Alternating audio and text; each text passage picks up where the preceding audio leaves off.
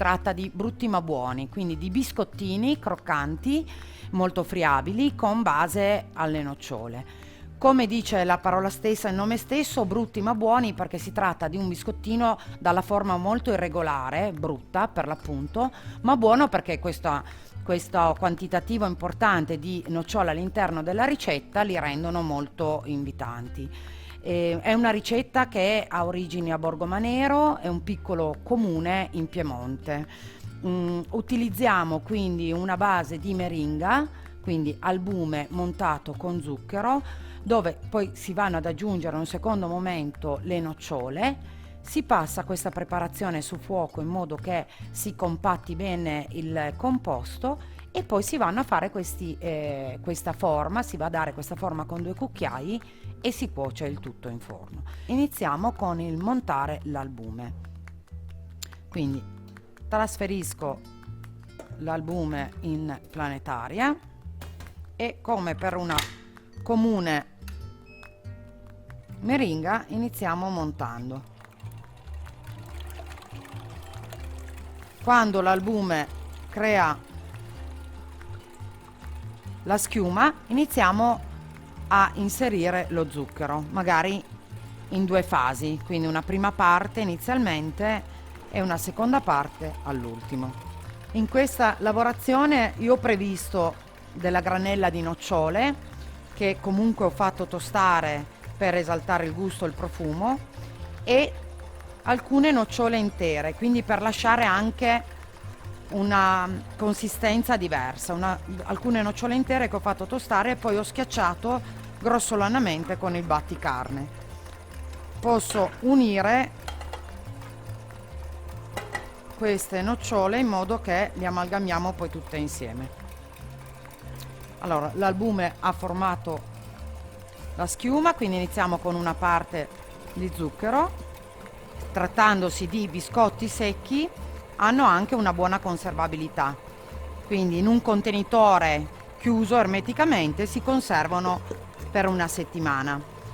Trasferiamo già in casseruola,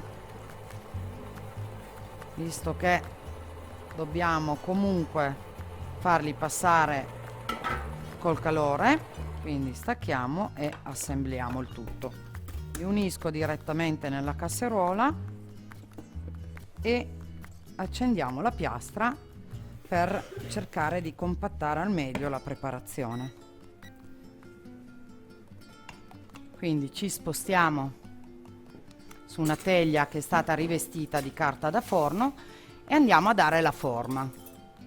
Procediamo fino ad esaurire il composto e mettiamo il tutto a forno secco a circa 130-140 gradi, 30-40 minuti a seconda della grandezza, fino a che il composto risulta asciutto e quindi leggero.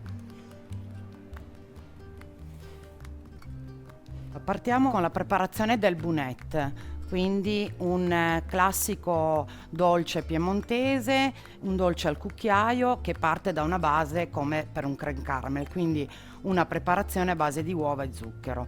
È molto antica e ha origini diverse, se ne inizia a sentir parlare dal XIII secolo e ha anche varianti diverse. Intanto il nome bunetta in piemontese e vuole significare il cappello, quindi origini diverse, dicevo, perché c'è chi sostiene che questo nome sia dato dalla forma, no, dello stampo che veniva utilizzato per la cottura del bunette, c'è chi invece sostiene che come il cappello si indossa prima di uscire, così come il bunette veniva consumato prima di uscire, cioè come ultima portata di un pranzo o di una cena.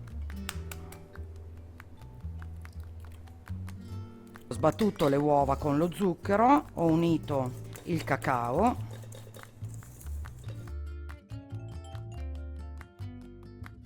quindi il cognac o il rum o in origine il Fernet, in questo caso io ho usato il rum, gli amaretti che ho già tritato e che invece lascio intero se utilizzo il latte caldo. Quindi si tratta solo semplicemente di amalgamare, unire tutti gli ingredienti. Per ultimo incorporiamo il latte. Quindi lo stampo deve essere mascherato con zucchero caramellato, in modo che durante la cottura questo zucchero si riscioglie e va a rivestire tutto lo stampo. Quindi versiamo la porzione, cercando anche di prendere bene il composto in modo uniforme, altrimenti la parte più pesante tende a separarsi. Quindi l'impostazione del forno misto a 130-140 gradi, e dopo 10 minuti andiamo a controllare con lo stuzzicadente se è cotto internamente. Prepariamo l'ultima ricetta del giorno, che sono tartufi dolci al cioccolato. Si tratta di una preparazione a base di cioccolato che poi è stata modificata e migliorata negli anni. La forma ovviamente ricorda il fungo, quindi il tartufo dolce, il tartufo alle nocciole, il tartufo al cioccolato, è proprio perché ha questa forma che ricorda il tartufo. Quindi partiamo facendo sciogliere il cioccolato a bagnomaria. Parliamo di cioccolato fondente, seppure la variante è con cioccolato bianco, con cioccolato al latte, quindi le diverse tipologie, il cioccolato al gianduia, eccetera. Noi vediamo la preparazione proprio più semplice e di base. Quindi facciamo fondere il cioccolato. Al cioccolato fuso aggiungiamo gli altri ingredienti, che sono lo zucchero a velo, le nocciole tostate e tritate, e oggi noi utilizzeremo l'olio di semi per dare quella giusta cremosità. Questa è una ricetta che rientra pienamente nel discorso del riutilizzo degli scarti, una ricetta che riveste in pieno il discorso dello spreco alimentare, quindi come utilizzare rimasugli in cucina o in pasticceria e produrre un piatto, una preparazione di ottima qualità. È importante girare in modo che il cioccolato già sciolto con il suo calore aiuti e acceleri la fusione dell'altro cioccolato. Incorporiamo lo zucchero a velo e il cacao. Se il composto diventa subito troppo denso, iniziamo con l'incorporare una parte di olio di semi. Quindi vi dicevo olio di semi o pasta di nocciole.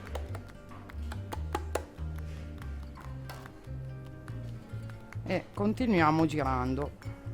Quindi lo zucchero è stato incorporato, andiamo con le nocciole. Anche per questa lavorazione possiamo utilizzare la granella di nocciole o le nocciole intere che vengono tritate grossolanamente. E quindi, se abbiamo incorporato tutto, andiamo a dare la forma.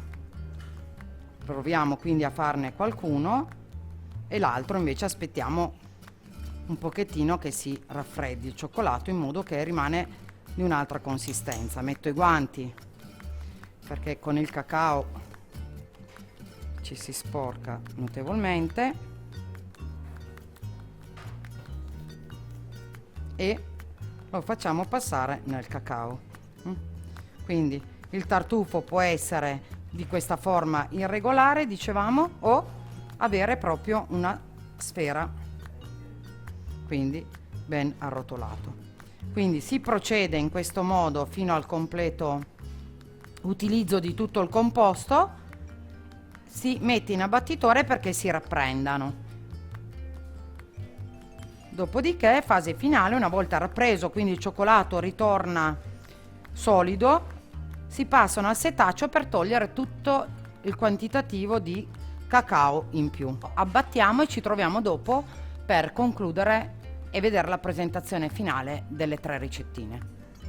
Il bunette alla piemontese lo versiamo nel piatto e possiamo ancora sporcare il piatto con altro caramello o utilizzando anche un po' di briciole di Brutti e Buoni.